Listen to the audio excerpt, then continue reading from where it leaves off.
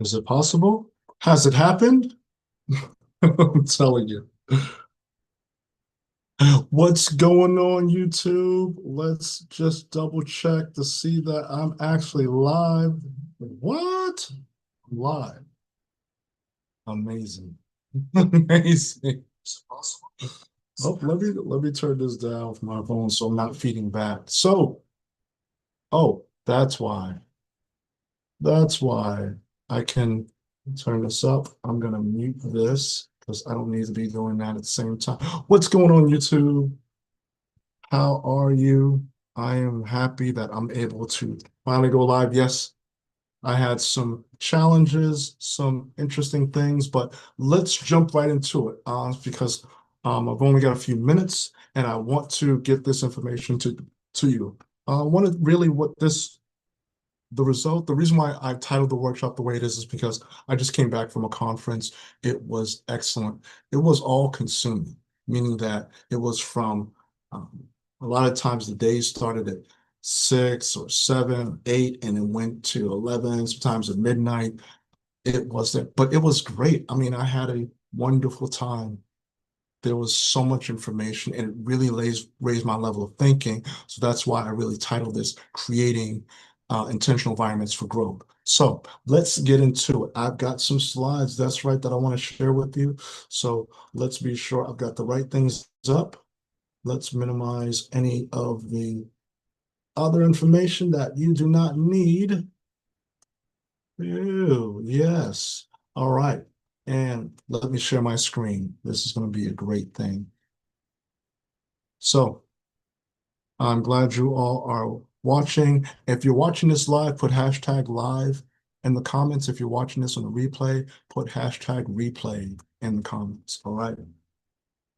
So this is a great thing. I'm going to minimize this. All right. So let me just confirm that you can see my screen.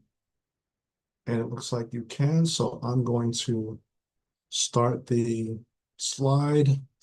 And I know you probably have looked at this and going, oh, cringe, you should have started this already. But you know what? Thank you so much. The information I'm giving to you is worth it. It's worth these few moments. So I titled this Creating Intentional Environments of Growth and Progress. So you'll see the subtitle is Growth Doesn't Happen by Accident. It flourishes in environments deliberately built to support it.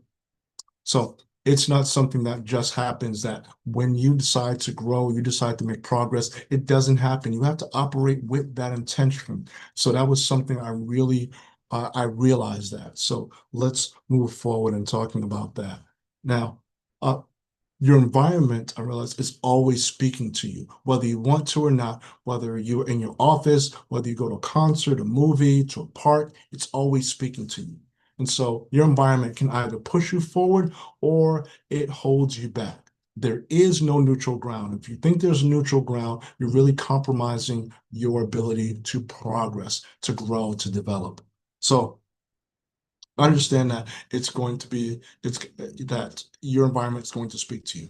My wake-up call regarding this is that at a conference, I realized I was operating at a decent level, at a good level, but not my best. With the right people, energy, and space, that really raised my level of thinking. It made me want to be in the space. Now, before, yes, I had things around me, but also this really said, I've got to be that much more intentional. So if you're not intentional about creating your environment, this is the time. If you are, this is the time to raise up your level. So me, I said, you know what? I want to be around this type of space where I'm raising up my level and I'm operating on a higher plane. Okay.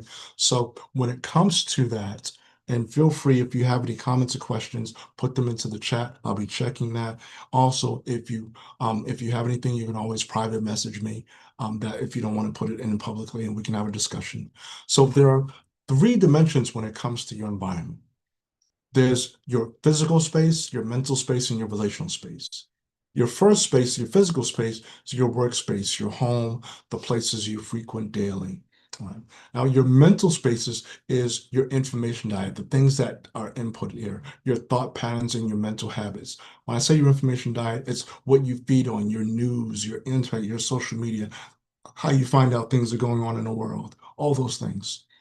Excuse me.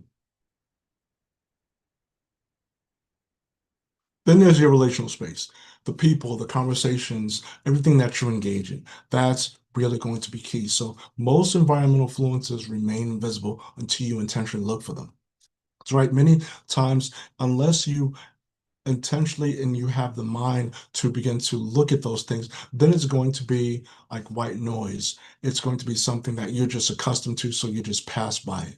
Ever have that idea, that thought where you are looking for a particular car, you're in the market to buy a car or to buy a particular product, and now in the coming days, as you get nearer, all you start to see are people with that particular product or that particular brand, that car. That's your mind now searching for that, actively zoning in on that. So yeah, so that's how you begin to really turn those influences visible and tangible and say, I never noticed that was there, but now you do. So let's talk about the first dimension, which is your physical environment. So your space shapes your state. Once again, your space shapes your state. Your lighting and organization, they impact productivity. If you're in a great light and you see yourself on a good picture, like, wait a minute, looking pretty decent there. It releases chemicals in your body. So now you want to act better, think better. You want to really have an impact that's positive. Also, you have visual cues that trigger desired behaviors.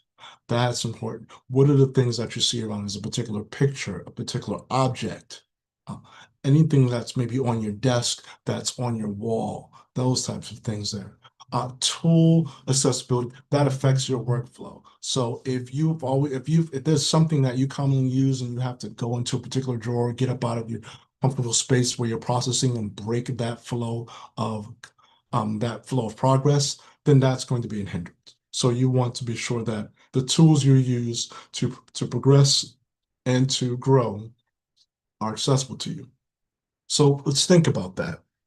What's one physical change you can make to your workspace that would support your goals? Is it your chair?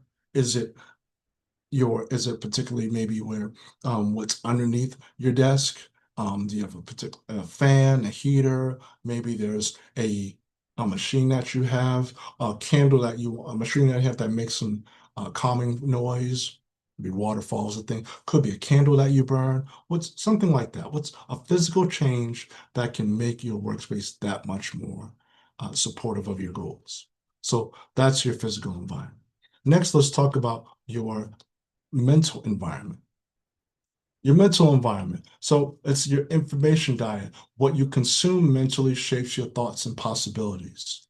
And then they can come from numerous content sources, from books, podcasts, social media, news, conversations, movies, all those things, audiobooks, um, even conversations that you're not part of, but that you're privy to. And then there's a growth structure, mental frameworks that support expansive thinking. So, what is it that's always feeding in that you're always allowing into your world, into your space? That's your mental environment. So that's key. And one of the words that I used just now was, what are you allowing into your space? Because whatever you allow can then take residence there, and that can now be the main dominant factor in your mental environment. So it can only get there if you allow it. So that's your mental environment. Third, your relational environment, your circle of influence. The people around you can either elevate you or they can diminish you. They can either add to you or subtract from you. They can either multiply what you give them or they can divide it. And so you want to think about that. The quality of conversations and feedback loops, they matter. What are you discussing? Are you discussing current events, somebody walking by with their dog, a movie that's coming up, or are you discussing new ways to present yourself, to be in a better light, to help more people, to exercise your gift so that you can help others? There's a quote that says, you don't rise to the level of your goals, you fall to the level of your systems. So if you don't have systems in place Your goal may be up here, but if there's no systems, then they are not going to be reached. They're just going to be a dream that will someday happen. And as you already know, someday is not a day that's on the calendar or during the week. It's tough, but it's real, right? So now that we have this, let's talk about a framework. Let's get this going. There's what we call the GROW framework. And what does that mean? So the G is for get clear. What do you truly want to go grow into? What's your goal? You've got to get clear, get so laser point that you're able to repeat this and it doesn't change no matter who you run into, who you're talking to. You could be in your state, in a community, in a different community, on a different continent, in a different space, a different building, but it's the same. It's clear, it's concise, it's something you've practiced, and you can say it in your sleep. You get clear on what you truly want to go into.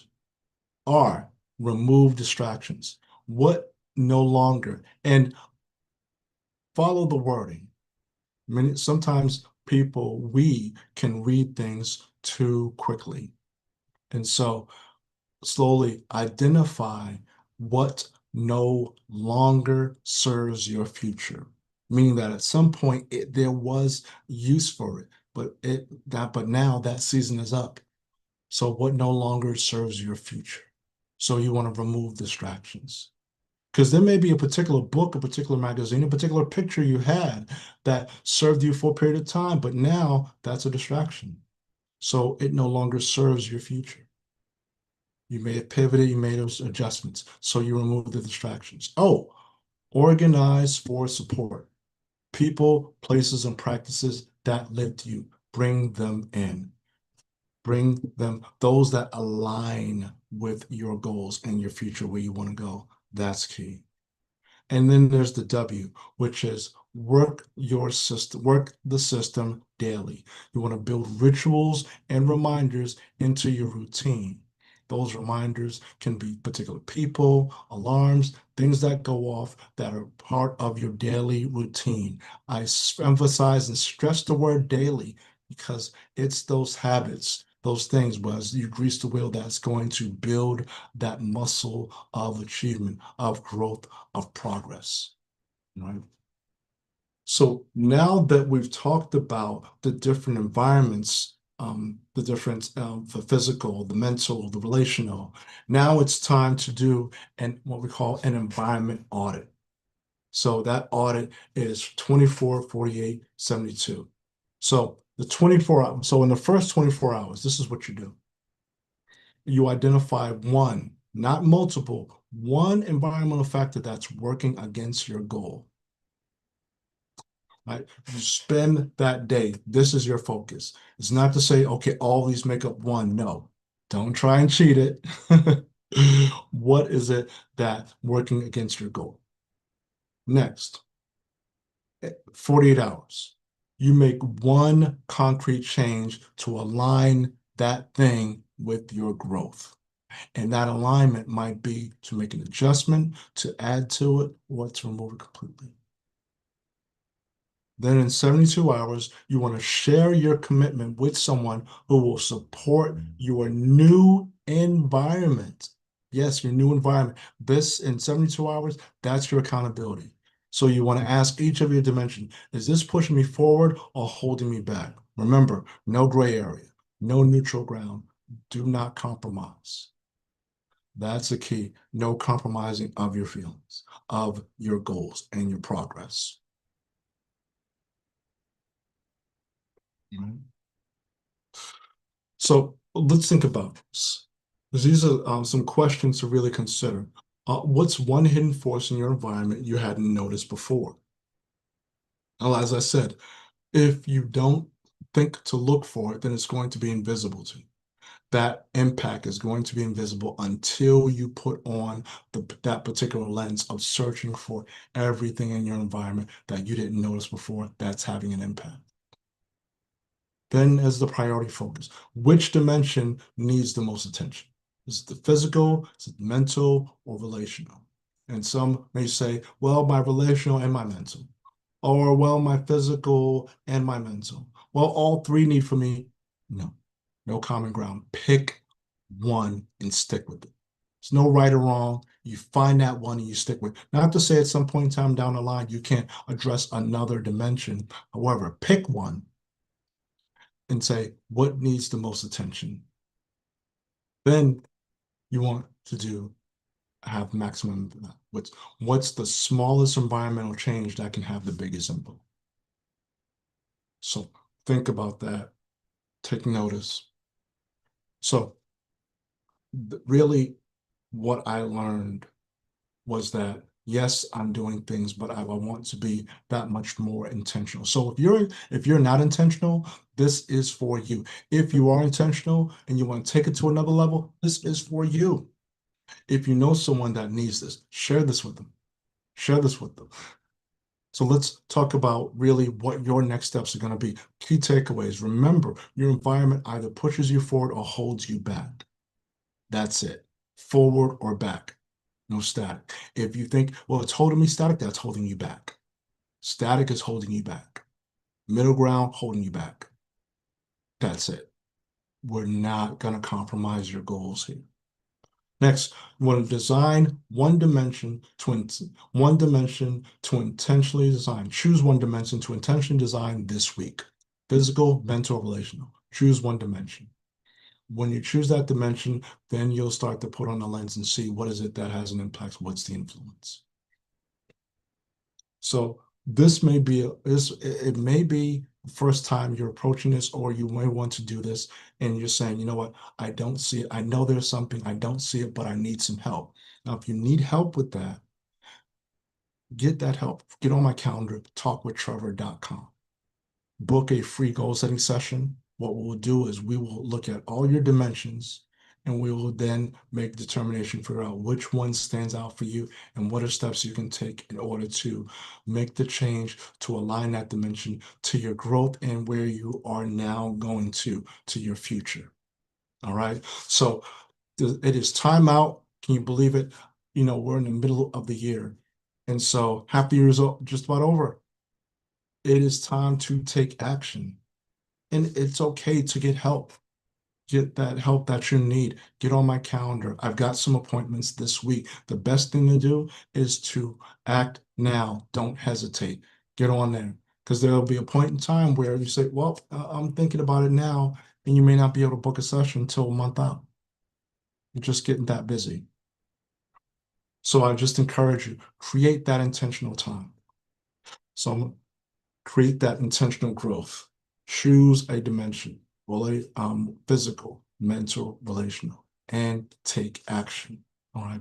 So, I want to thank you all so much for watching. I appreciate it. As I said, if you have any questions, feel free to send me a private message or just get on my calendar, talkwithtrevor.com, book a quick session, and we'll have a conversation because we can really create something that's customized just for you. All right. So I want to thank you all so much for watching. I appreciate it. I will see you all in the next workshop. Or if you are connected to me on other platforms and things, be sure to turn on your notifications because you never know. I may go live and begin to expand on a particular thing. So you always want to be aware and have your notifications on. All right. I want to thank you all so much. Have an excellent, wonderful, and successful